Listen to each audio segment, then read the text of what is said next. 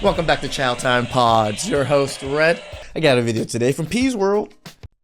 I have for you a story of feminist regret that is so perfect, you're going to think I'm making it up. It has everything, absolutely everything, that the ridiculous men were saying would come about to women as they got older, and it is all contained in this. And honestly, I mean, it's so perfect. I'm wondering if I'm being pranked. But this is in the iPaper, this, left-wing rag, obviously. And this is Kate Mulvaney. And she explains to us the course and trajectory of her life and how exactly she ended up alone. And in her mind, it was because she belittled men. She says, at 63, I've ended up alone. I had always imagined I would end up married with two wonderful children and living in a house in the countryside. I have paid a hefty price for my so-called liberation. Right. So feminism entirely was wrong about what you wanted out of your life. I mean, if you'd always imagined that you'd end up married with two children and living in a house in the countryside with your husband, what about that is feminist? Like, that seems to be the very opposite of feminism, doesn't it? I think a lot of women out there, they have an idea of what they want in their head and they think it's just going to happen. I mean, everything else happens for them, P. That's why they think, oh, I should just have to look pretty and just move through life and I'll get everything I want. Kind of like fall into their hands. So even though you're a feminist and, you hate men or whatever the case is, a lot of these women still have this idea that one day it's just going to click for them and their partner's going to fall from the sky and they're just going to get the life that they want, which obviously isn't the case. It seems to be the very opposite of what feminism was promising, which you add at the end is liberation. So, I mean, all I'm saying is, shouldn't you be angry at the people who sold you down the river on this? And I like the fact that you're warning younger women. By the way, this will be you. This will be your future if you follow the trajectory I've followed. She gives a really interesting story. Really interesting.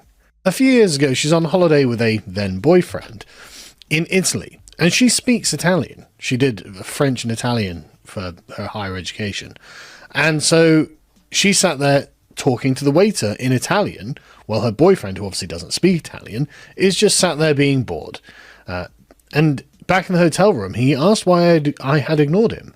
By speaking in a language he didn't understand, he said I had managed to make him feel small. I could see his point. I spent quite a while chatting away, oblivious to how he must be feeling. Then I went on to joke that as the Italian speaker I would order for us. After all, he didn't know what osso buco meant. I was showing off. This wasn't the first time something like this had happened to me. I've always taken the driving seat. But You're ordering for me? The audacity, right? The audacity. Like, the only time I ever have my girl, order for me is just like, I'm going to go to the restroom. You know what I want. Just order that. That's the only other time. If we're going to a brand new restaurant, oh, you best believe I'm ordering. Just, if I can't understand what's on the menu, relay it to me. And I'll relay back to you what I want. And then you can order like that. You are here just taking the lead. Listen. They're literally men. This is crazy. Determined to get the last word and was too busy with books to master the art of charm. I'm convinced that the reason I'm still booking a table for one at the age of 63 instead of having settled with a significant other is because, like so many women of my generation, feminism has ruined my love life. Some accountability. We told you so. I don't want... But it's also like, yeah, maybe feminism kind of told you these things, but you're the one that kind of went along with everything. I want to be mean about this. I don't want to rub it in, right?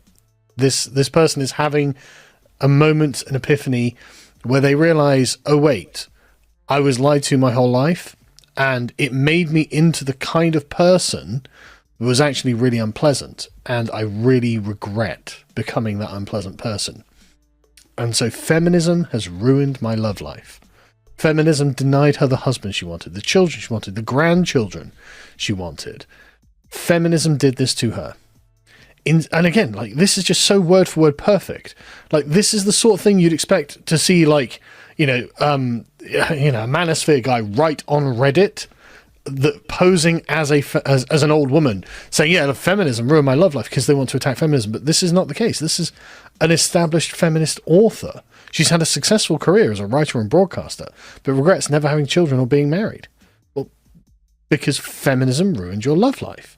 Because literally, that thing that you took on as a religion has ruined your life. Instead of empowering us, those ideals of the second wave feminists made us believe that marriage and domesticity were to be avoided like the plague, and that men were competition rather than partners. Oh, this sounds like an... You say it all the time. Feminists, what I always say, they're really good for the GDP. Really, really good. They're built to compete with men, not be compatible. Like this. This is them and men.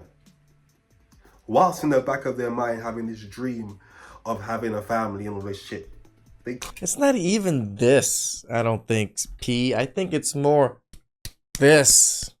They think they're better than men and just keep smacking men down. Not constant competing like this. No. We're better. Why should we even compete with you? We're just going to trounce on you every time. That's what women seem to think their life is going to be like. Can't help it. MRA wrote it, like in 2014. And this is crazy how just open she is about how this has been bad for people. I might have a successful career as a writer or broadcaster, but I've never had children or been married, and my longest relationship lasted 8 years. The thing is that women only, I remember I always say women only see what's this. They don't realize the cascading effects of not having children, of not having a partner.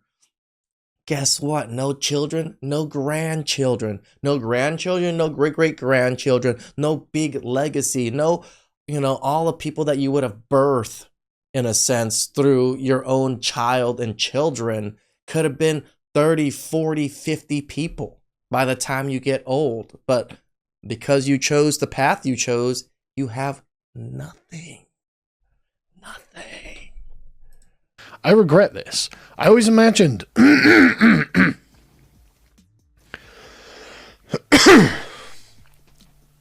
I regret this. I had always imagined that I would end up married with 2 wonderful children living in a house in the countryside.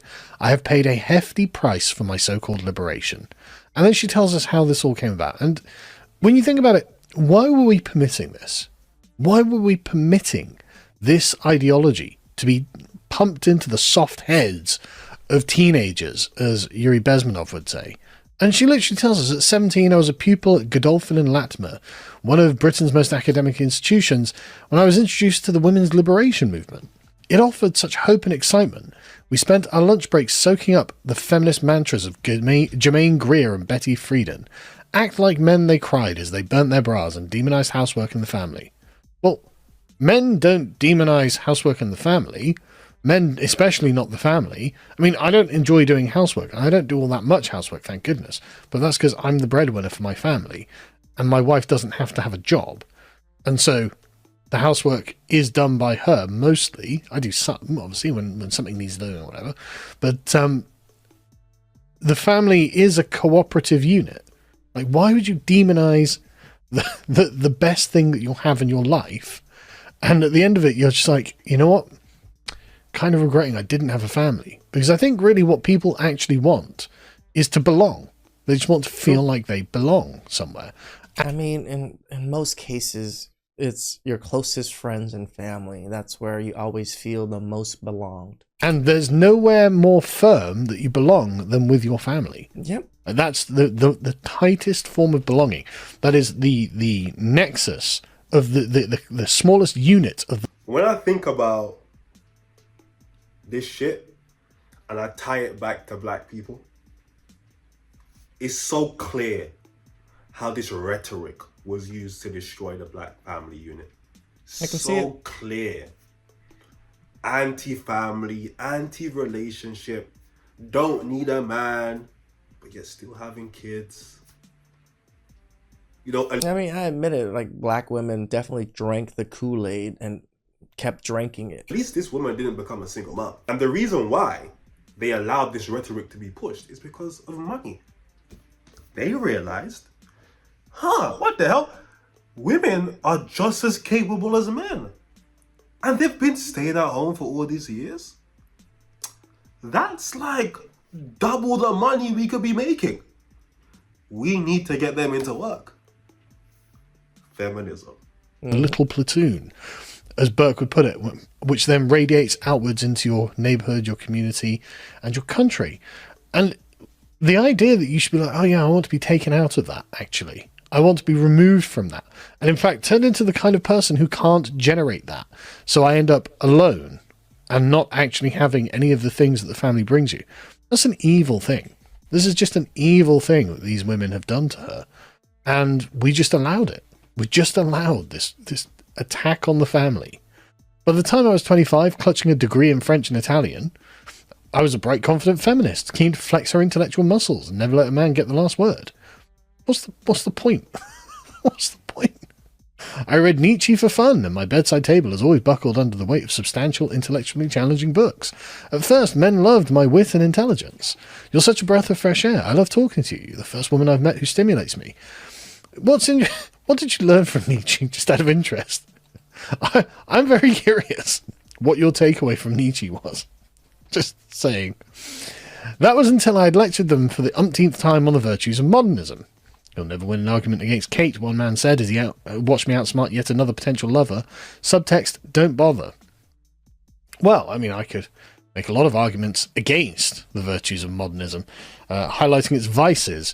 In fact, you are the victim of one of its vices, this eternal quest for the so-called liberation. I don't think it is liberating, actually. I think this is actually what we did to punish people. We called it exile, and now you are living in a self-imposed exile from belonging to a family. What a terrible thing. Men have called me intimidating, scary, and opinionated. And I see now that I was only trying to prove I was their intellectual equal or superior. I was treating every encounter with a man like he was my adversary. Look, I'm going to leave the actual article in the description. He made a video on YouTube, but I just can't find it. So I'm going to leave the link to his TikTok in the description as well. It's also on the screen, if you guys can see on the screen as well. We always speak about the feminist inferiority complex. They view men as superior, so they have to fight and compete to be like men. They want to desperately be like men. And if they can be better than men, oh, well, big win, right? But look, this is the future for a lot of feminists. A lot of them will say they'll rather be this woman than be a single mom, for example. And I say, you know what, fair. That's fair. You know, if that's your only two outcomes, I would say, yeah, be alone. Well, women only give them like give themselves the two worst outcomes. They only, remember, women just have high levels of neuroticism, so they only see the bad things a lot of the time. So when they mention, oh, he's gonna leave me and abuse me and financially abuse me, that's so few men, but they think that is the grand scheme of most men. I think that's better. But for the regular women out there, this is what I'd say. There are some things about feminism that I like. I agree with, obviously. There are some things that you should take from it, but not the whole thing. The whole thing, there's so much bullshit in there. Take the logical parts, leave the other parts. Balance. Something that, for whatever reason, these women just can't grasp. The idea that you can have your independence whilst also having a family. They couldn't get that. It had to be one or the other. Right. Dudes can be as vulnerable as they want. You see dudes cry over the championships that their team won that they didn't even Go Dodgers. play in. Men can cry. Men can feel. Men do cry. Dudes will go out to a bar, have a couple of glasses of scotch, a cigar, and reminisce, catch up, cry. Love you, bro. Hey, stay up, man. Damn But right. that's not how y'all do it. How dare you all tell us we have to feel in a way that is okay for you, but refuse to accept the way we feel and the way we show our feelings? And moreover, who says we have to show it the way you want to see it? What's really being said and what really should be said is, I, insert name of woman, who's in relationship with man, does not like the way this man shows his emotion. And that man should be able to say, I don't want to show it the way you want me to show it. Can you deal with it? If the answer is no, go your separate ways. But do not blame men at large and say we are toxic. And don't ever fix your mouth to basically say, oh no, I want a man to be the head of the household. So you want us to be like our daddies, but not act like our... This man's spitting straight facts. What did I say? I can't remember the actual clip, the actual video that I was reacting to. But what it comes down to is this. Why don't you do things like us? We do things the right way. You don't do it like how we do it.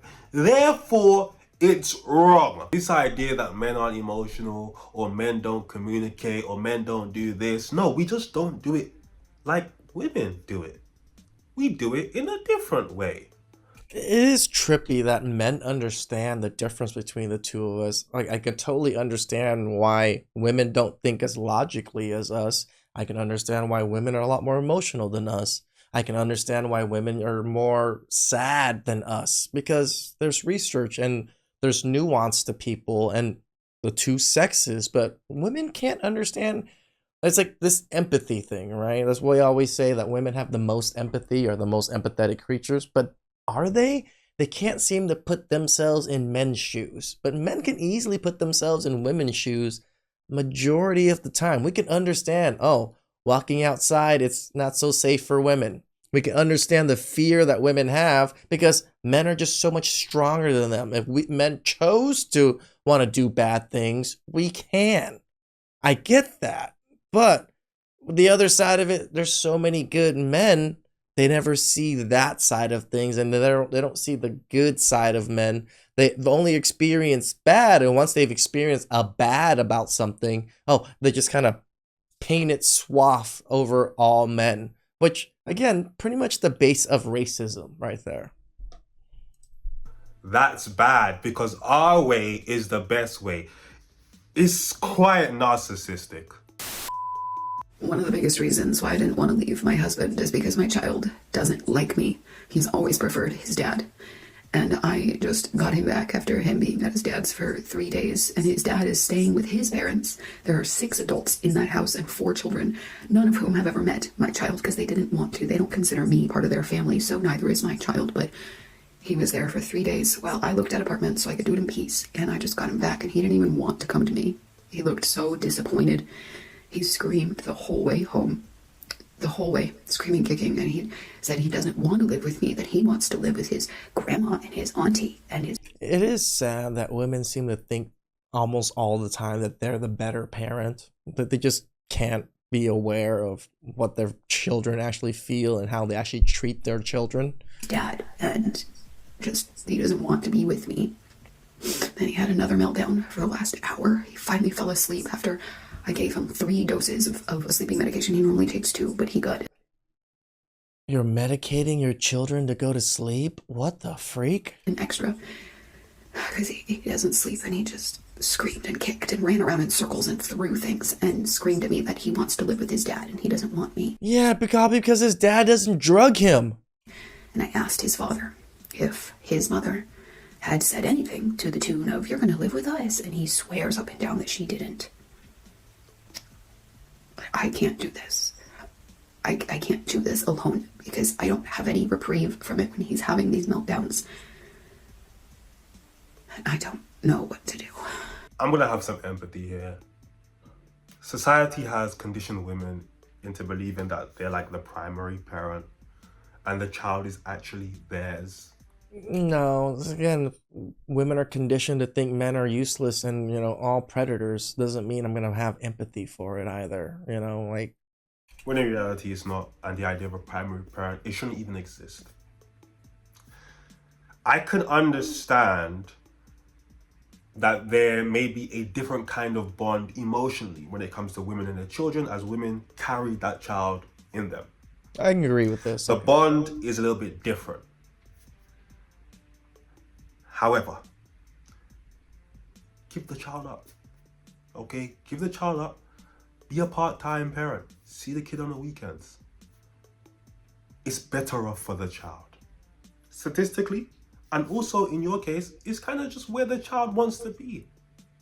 You'll still be there, but it's okay for for women to give their child to the father, especially if you know it's gonna be more beneficial to him. And by him, But the thing is, P, is the child support. That's the biggest thing when it comes to the custody battle thing. Women just want the kids because they want child support. I mean your child. He has a support system, right? We know it's difficult for women when they become single moms or after divorce, when it comes to working, because they have, they have to juggle the two. Now you're a part-time parent, so you can focus on getting a job, getting your money up. Maybe when the child gets older, he realizes, that is actually my mom. I do want to spend more time with her. He starts to do 50-50. I'll give that child up. Women are so aware which parent is the better parent sometimes, but they just don't care. They want what they want. Oh, it's my child. He should be with me. I want the child support. Most of the time, it's the child support case, right? And they want the funds from that man to still live their life, but complain about living their life and having to take care of a child because they can't get a normal job and things like that. Yeah, why not just give your child up to the man that seems to be more set up for it and relieves all that pressure that single mothers always complain about. Please like, subscribe, comment down below. I really appreciate that, and catch you guys next time. Ciao.